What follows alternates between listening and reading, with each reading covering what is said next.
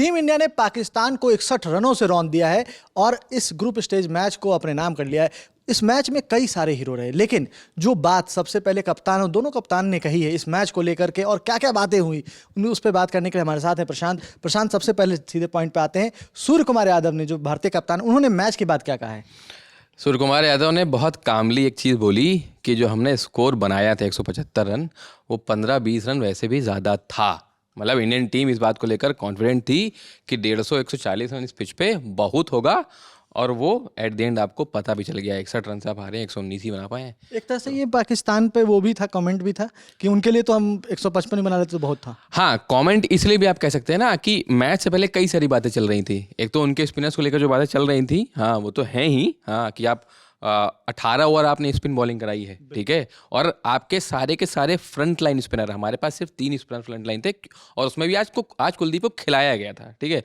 आप लगातार उसी स्ट्रेटजी से खेल रहे हो, ठीक है।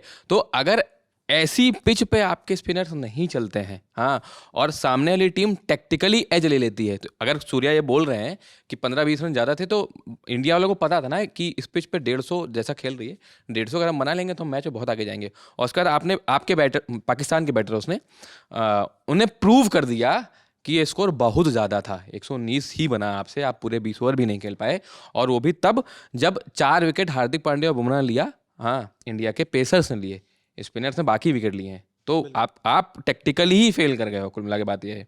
और मैच से पहले जो सारी बातें चल रही थी कि इंडिया स्पिन नहीं खेल पाएगी या इंडिया के ऊपर प्रेशर रहेगा, आपके पास एक और एज था कि आप पाकिस्तान में ही हो, इंडिया ट्रैवल करके खेलने गई है, तो आपके पास अब कोई एक्सक्यूज बचा ही नहीं। कोलंबो में, मतलब आपका कहने का वो, हाँ, मतलब वो श्रीलंका में ही थे, हाँ, वहाँ की कंडीशंस अभी भी अगर आप देखोगे तो इंडिया की पिच जैसे खेल रही है, वहाँ की पिच बहुत फर्क है। और आज जो पिच खेली है वो, मतलब लोगों की उम्मीद नहीं थी।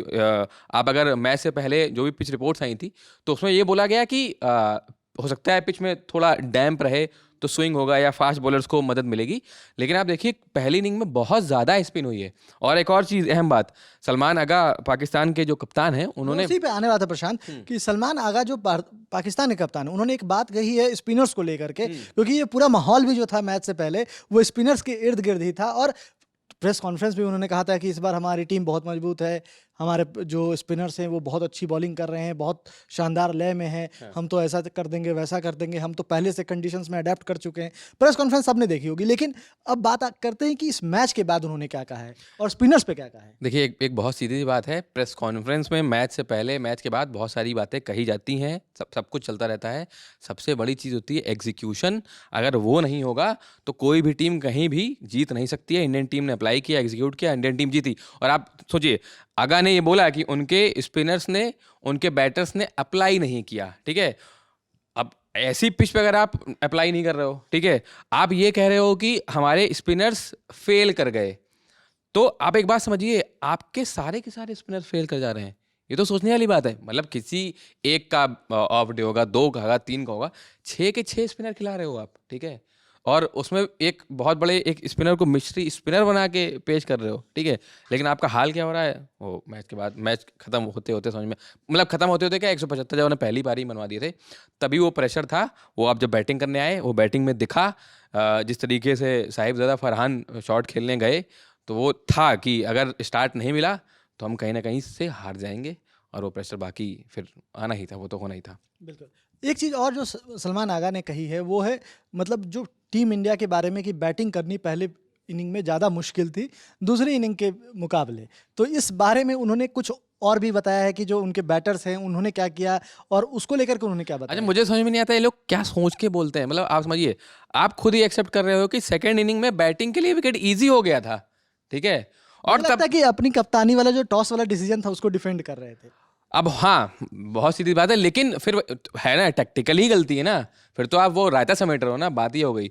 तो अगर सेकेंड इनिंग में बेहतर हो गया था विकेट, और इंडियन टीम तो सिर्फ 3 स्पिनर ले खेल रही थी, तो आपको रन बनाने चाहिए थे ना। 119 तो आई मीन, अब मैं कह रहा हूँ चलो आप मैच नहीं जीतते, मैच थोड़ा कॉम्पिटिटिव तो होना चाहिए था, वो भी नहीं हुआ। 61 रन T20 क्रिकेट में 61 रनों से हारना अपने आप में एक बहुत बड़ा मार्जिन है ना।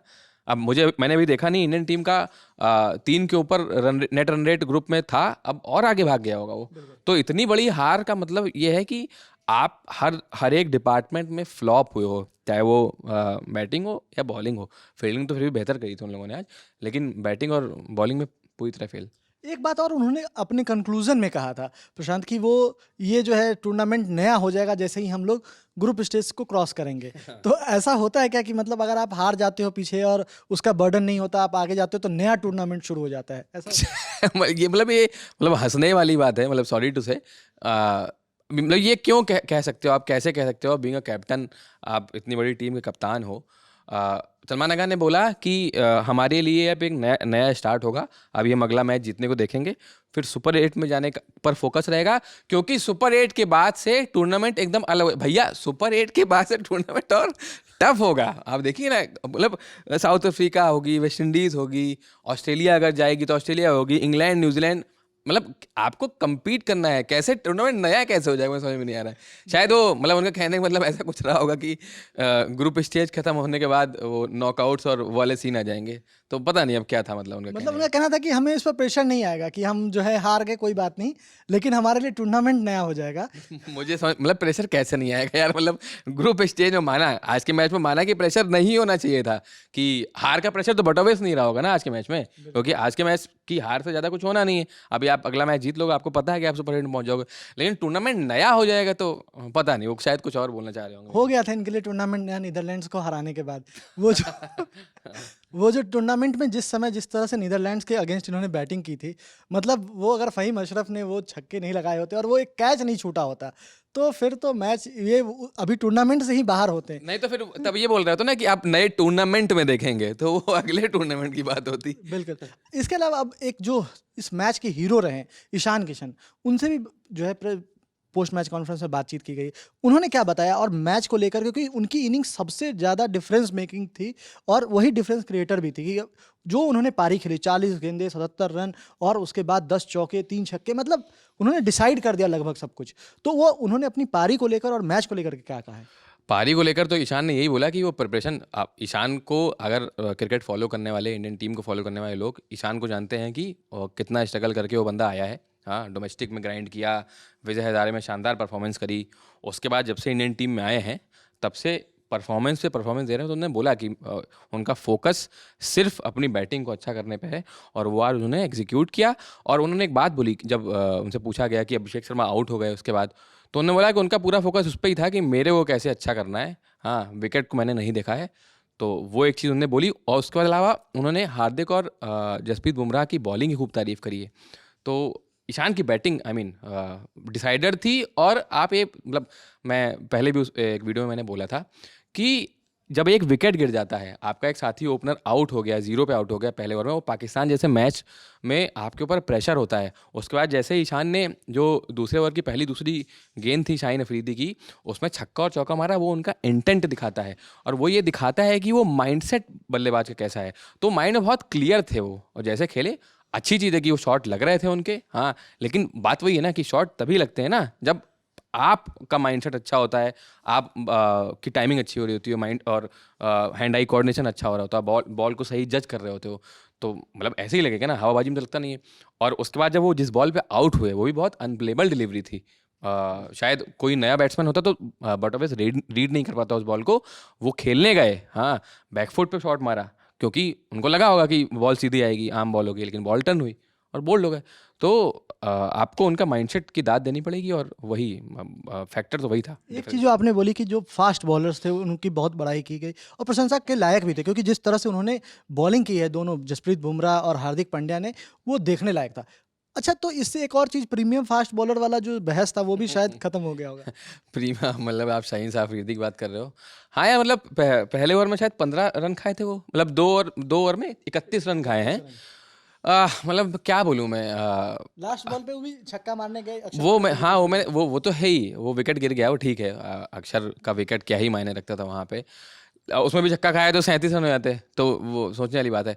लेकिन वो एग्जीक्यूशन नहीं है ना। आपके कप्तान ने खुद ही बोला ना कि बॉल स्पिनर्स छोड़ दो, उन्हें अच्छा हुआ कि शाहीन अफरीदी का नाम नहीं लिया कि हमारे स्पिनर तो बेकार हुए, शाहीन अफरीदी ने बॉलिंग अच्छी नहीं कराई, और शायद वो इसीलिए बचा भी रहे थे।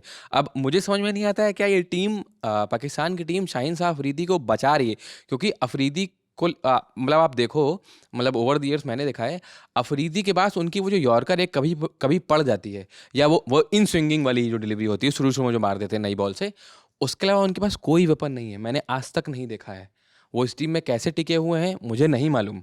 और अभी क्या हो रहा है पिछले 5-6 महीने से, क्योंकि पाकिस्तान की टीम स्पिन पे ज़्यादा फोकस कर रही है, ठीक है, तो आपके पेसर्स बच जा रहे हैं। हाँ, लेकिन ऐसे मैचों में जहाँ 2 ओवर में 31 रन खाओगे आप, वो भी आप प्रीमियम या फ्रंट लाइन बॉलर हो टीम के, तो गड़बड़ मामला है ना कुल मिला के बात है। और उसी मैच में आप हार्दिक पांड्या को देखिए, 3 ओवर में 2 विकेट लिए उस बंदे ने 16 रन देके, तो वो हमारा फ्रंट लाइन बॉलर भी नहीं है।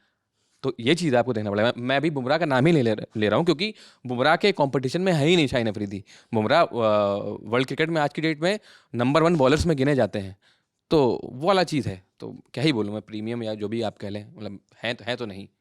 तो यहाँ सारी डिबेट खत्म हो गई है। जो भी बहस थी मैच को लेकर, मैच से पहले ये जो जितनी बातें हुई स्पिनर्स को लेकर के, पेसर्स को लेकर के, वो सब एंड हो गया, क्योंकि 61 रन से जो जीत है वो अपने आप में सब कुछ बताने के लिए काफ़ी है कि ये जीत कितनी बड़ी है। आपकी क्या राय है इस मैच को लेकर? आपको लगता है कौन सा जो टर्निंग पॉइंट था वो क्या रहा? आप हमें कमेंट बॉक्स में लिख के बताइए।